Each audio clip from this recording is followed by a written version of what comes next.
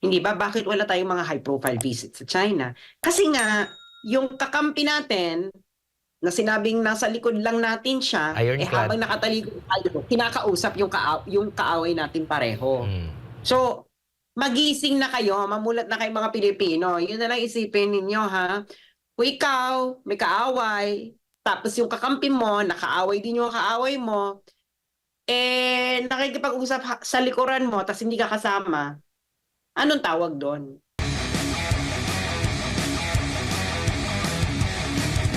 So, ano ba ang masasabi mo? May mapupulot ba ang Pilipinas sa tingin mo sa pagbisita ng presidente ng Ukraine? Well, depende kung anong gustong pulutin, no? Kulit. Ano ba gusto niyong dimension ng mapupulot? Hindi ba? Ano ba, aral?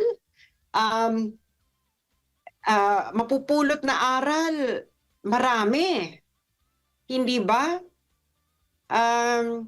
Kasi kung pag-aaralan natin to si Zelensky, no, nung tumakbo ito ng presidente, ang kanyang isa sa mga kanyang pinangako sa kanyang mga constituents ay peace with Russia. And nakita naman natin is parang hindi naman peace ang nangyari, hindi ba? So, ngayon parang may parallelism, hindi ba? Sino ba yung nangako sa atin noong tumakbong presidente na ano daw, paikin daw ang diplomasya? Si ano? Pakisagot nga. Si Lenny yata yung last time, 'di ba? Sabi niya na ano. Alam mo, fake news ka dyan, Admar, ha? Sino Kasi ang pala? pinangako nila bilang siya ay tumakbong presidente ay magiging Ukraine siya. Maliit lang pero lumalaban. Ay, ganon. Hindi ba? At at strong ang relationship with allies. Kayo talaga, pinagtawanan nyo nga si Lenny noon eh. Hindi ba? Yung Oo. mga Ngayon, yung mga vlogger na sumusuporta sa Marcos, ay yun din ba yung ano nila? Kasi sumusuporta si Lenny din dito sa Ukraine. well, ito lang naman yan, no? Babalik tayo dun sa original na tanong. Meron ba tayong mapapala sa pagbisita ni Zelensky sa Pilipinas? Unang-una, ano yung purpose ng pagbisita? Hindi ba? Kasi napakataas na level nito, President, head of state to head of state, 'di ba? Zelensky at Marcos. So, ano yung agenda? No? Hindi naman basta-bastang nagpapadala ng head of state to another country to meet a head of state kung ang agenda ay malamya lang. Ngayon, syempre, marami tayong haka-haka dyan kung bakit ganitong taas na level, no? Kasi ang pinapalabas nila ay nag-thank you lang dahil mag-o-open ng embassy ang Ukraine sa Pilipinas. Oh well, hindi mo naman kailangan magpadala ng presidente mo, no, para sabihin mo lang na mag-o-open ka ng embassy sa isang bansa. Well, pag nakita natin yung news ay itong Ukraine pala is nagkukulang na sila ng mga sundalo. So, they are recruiting kasi nga yung mga kalalakihan sa kanila ay nagsialisa na, no? Ang conscription ata kasi nila before is 25 and above or something like that. Tapos kahit ibaba nila yung conscription, nagsialisa na, yung iba ayaw nang lumaban, at yung iba is nagbinabride na lang yung recruiter para hindi sila makonscript. So, ang tanong, isa ba ito sa mga pinag-usapan na huhingi ng sundalo ang Ukraine sa Pilipinas? Kasi may mga recruitment ng mga foreign fighters sa Ukraine, 'di ba? Meron nga napabalita sa Spain nga iba't ibang sweldo. Siyempre pinakamataas yung nasa elite force ka, no? Ito talaga yung nasa sagupaan ka, parang ano ata ito, parang around 4,000 euros per month. Hindi ba? Isa ba ito sa pinag-usapan? Nangangailangan sila ng sundalo kasi ano bang may offer natin sa Ukraine? Unang-una, Ukraine is not our significant trade partner and we are not a significant trade partner of Ukraine. Hindi ba? Ano yung iti-trade? Anong magiging trade relationship nating dalawa? Ano ba ibibenta natin sa Ukraine at ano ibibenta ng Ukraine sa atin? Hindi ba? Economic ba ang rason kung ba't nandito siya? Wala tayong pera. Hindi ba? Magpapadala daw ng Well, ano, mental health worker. namimigay tayo ng maraming ayuda, no? Pero I don't think naman sapat yan sa pangangailangan ng Ukraine. How much ang budget natin sa ayuda is 500 billion pesos. So 500 billion pesos in US dollars ay ito check natin, no? Baka ma-fact check tayo. 58 na yung 5 billion. piso kontra dolyar, 58. Oh, that's only 8.5 billion US dollars. Alam mo namang makibahagi pa ang Ukraine sa ating ayuda. Hindi na nga sapat yung ayudang pinamimigay, nagrereklamo na nga, di ba? Alam mo namang makihati pa sila dyan. So definitely hindi economic. Definitely hindi aid. Ano ipapadala natin? Wala na nga tayong makain. Hindi ba? Nagrereklamo na nga ang ating mga kababayan dahil hindi na sila makabili ng bigas. Hindi ba? Dahil ang mahal-mahal ng bigas. O ano ba to? So it's not economic, it's not aid. O pupunta tayo ngayon sa political. Kasi itong Ukraine, no, meron silang gustong ginagawang peace summit dito sa Switzerland. At ito yung mangyayari sa June. Okay? Ang peace summit nito, peace summit in Ukraine. Okay, para pag-usapan ang peace sa Ukraine. Ang nakakapagtaka lang dito sa peace summit in Ukraine, yung mga iniimbitahang bansa, hindi naman yung may kinalaman dun sa gera. At mismo Hindi na Russia, hindi invited. inimbita. Oo, hindi invited yung Russia. So, parang, bakit mo imbitahan yung Pilipinas? Wala namang kinalaman yung Pilipinas dyan sa gera ninyo. Una-una, di ba? Walang kinalaman ng Pilipinas. Hindi mo kalaban ng Pilipinas. At lastly, I think the Philippines might be one of the last countries you need to talk to in order to convince Russia to go back to whatever senses, no? The only country I think na pinagkakatiwalaan na ngayon ng Russia is China. Badmouth pa ito ni Zelensky sa Singapore. So parang iniisip mo ano ba gusto nito? Gusto ba niya ng peace or gusto niya ng kakampi? Gusto niya ng kakampi sa kabardagulan niya sa Russia? Kasi kung peace, let's talk peace. And the precondition of peace is kausapin mo yung kaaway mo. Pwede ba yung magkakaroon ka ng peace kasi hindi mo kakausapin yung kaaway mo? So hindi peace ang kailangan mo. Ang kailangan mo ay, anong kailangan mo? Pag hindi ang ibang kakausapin mo at hindi yung kaaway mo, anong tawag dyan? Kakampi. Gusto mo ng kakampi. Di ba? Napakasimple ng bagay titingnan mo, no? Ang kaaway ng Ukraine ay Russia. So, ang dapat niyang kausapin ay Russia. Bakit tayo nasama? Wala tayong influence sa Russia at all. Zero. Oo nga. And ito rin yung nagiging ano ba, 'di ba? Parang dahilan kung bakit hindi sasali ang China dahil yung expectation nila hindi na meet. Dahil una, yung involving na partido, yung Russia, hindi rin na inimbita. So anong magiging ano niyan? Kumbaga parang arbitration lang din natin siguro yan sa Court of Arbitration na isa lang yung lumahok. Wala yung China doon. Tingin mo, Oo. kung ma-invite pa itong Russia, mas okay ba? Or meron kasi ano na parang one-sided na masyado kasi yung mga inimbita, yung mga allied.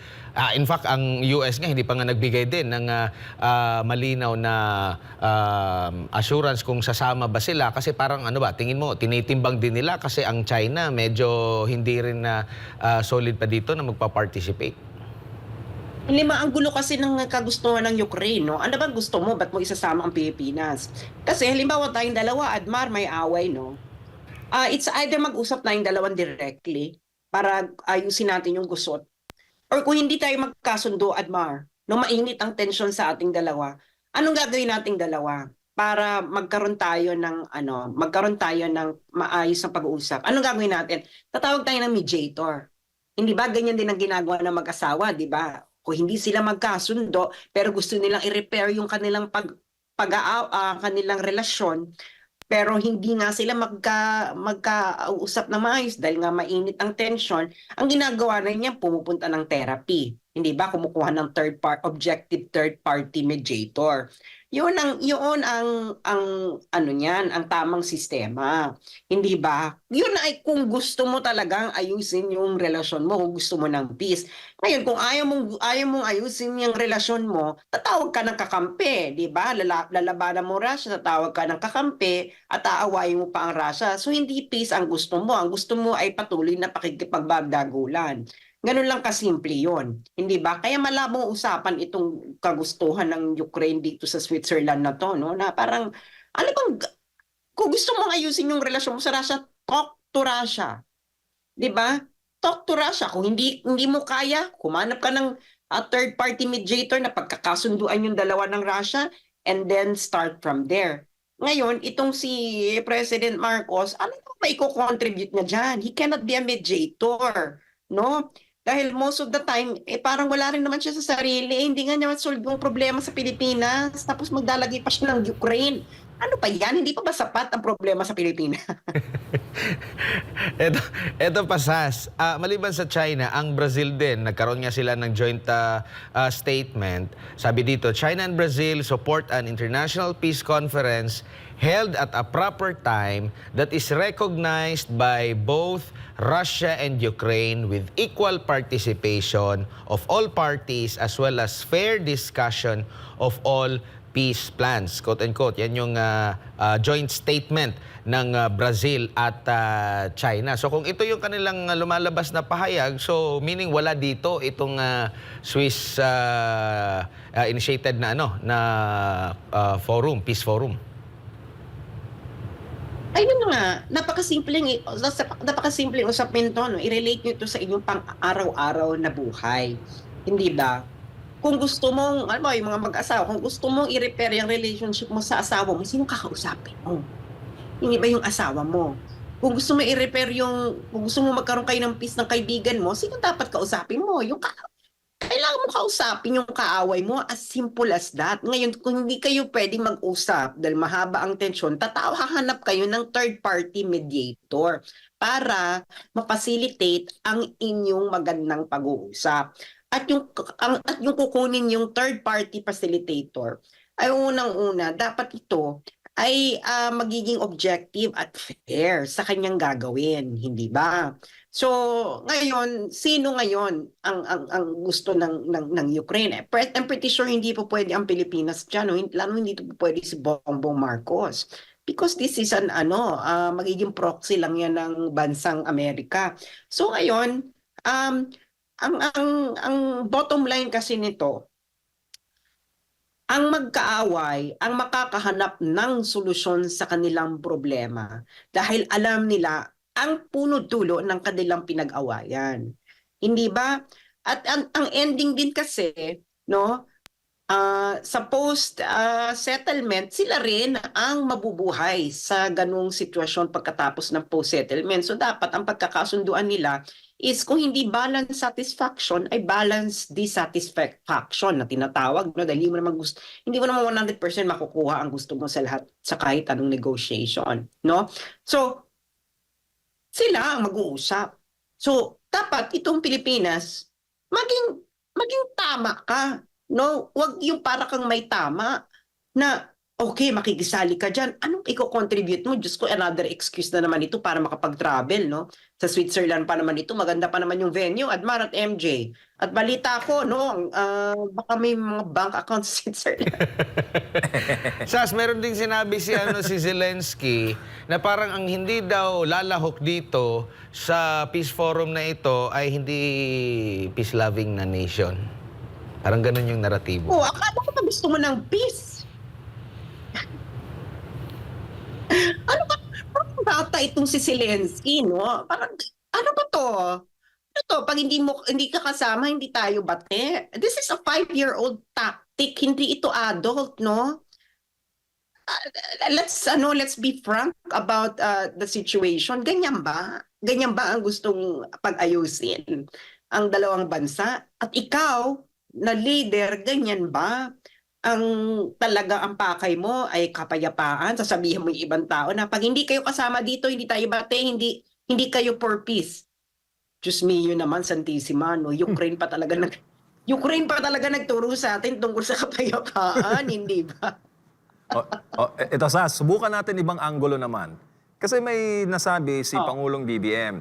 Sabi niya, and I quote, "The issues that you are facing are similar and in parallel to ours. And therefore, the position of the Philippines takes is always to promote peace." Di kaya, yung pagpunta ni President Zelensky dito ay game changer sa mga magiging tahak ni Pangulong Bongbong Marcos na wala ngang patutunguhan ng giyera dahil nakausap niya yung mismo yung presidente na isang bansa na nasira ang teritoryo dahil nga sa giyera. Well, hindi rin natin alam kung ano ang takbo ng utak ngayon ni Pangulong Marcos, no? Dahil paiba-iba, iba siya nung senador siya, consistent siya nung sa posisyon ng pagiging senador siya to kung presidente, nung naging presidente, iba naman. And every moment parang nag-iiba-iba, no? Like for example, let's take this wiretapping issue. Yung una, AI, tapos ngayon wiretapping. Parang these two are not cohesive, no? So parang merong problem dito sa coherent thinking ngayon sa ating gobyerno. At kaya hindi natin maintindihan kung ano bang gusto anong ibig sabihin diyan ni Bongbong Marcos, na ang naniniwala ba siya na katulad ng pagkakasabi mo, MJ, na naniniwala siya na walang patutunguhan ng giyera at mali ang ginawa ng Ukraine, kaya paralel ang ating relasyon?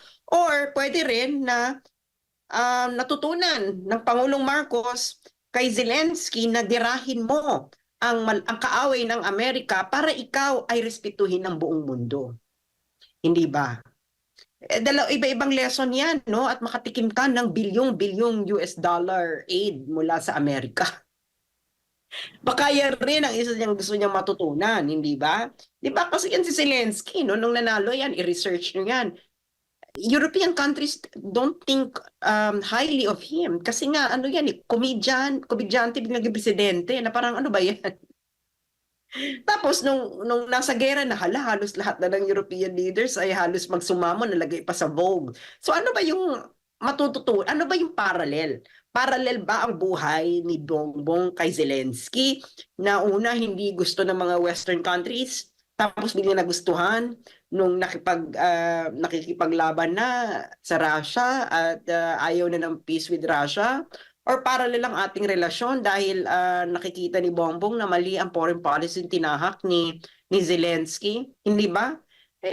Kailangan natin i-unpack ang sinasabi ni Bongbong Marcos at mahihirapan nga tayong i-unpack ito dahil nga hindi coherent ang mga pinagsasabi ng mga presidente in the past years regarding foreign policy.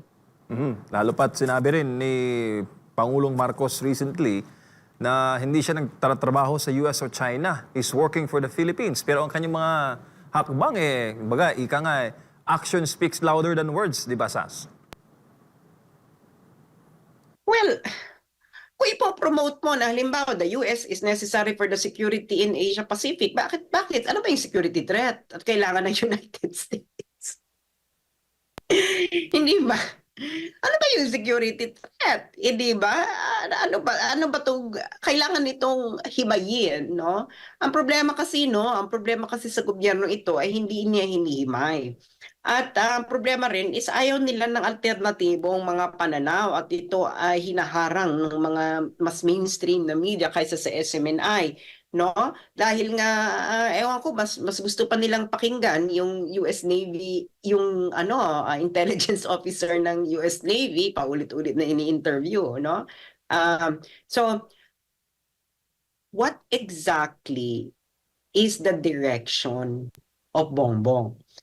Simple lang yan tanong. Do you want to be like Ukraine? Or do you want Ukraine to change? No, in order to finally see a more pragmatic solution. Ano ba 'yon? Gusto mong matulad ng Pilipinas sa Ukraine or gusto mo ang Ukraine ay magbago ng direksyon na mas pragmatic para matigil na ang ang digmaan at magkaroon sila ng mas mapayapa at stable na relasyon ng Russia. Yun ang two possible directions dito sa bisita nito ni Zelensky. Tsaka ang hirap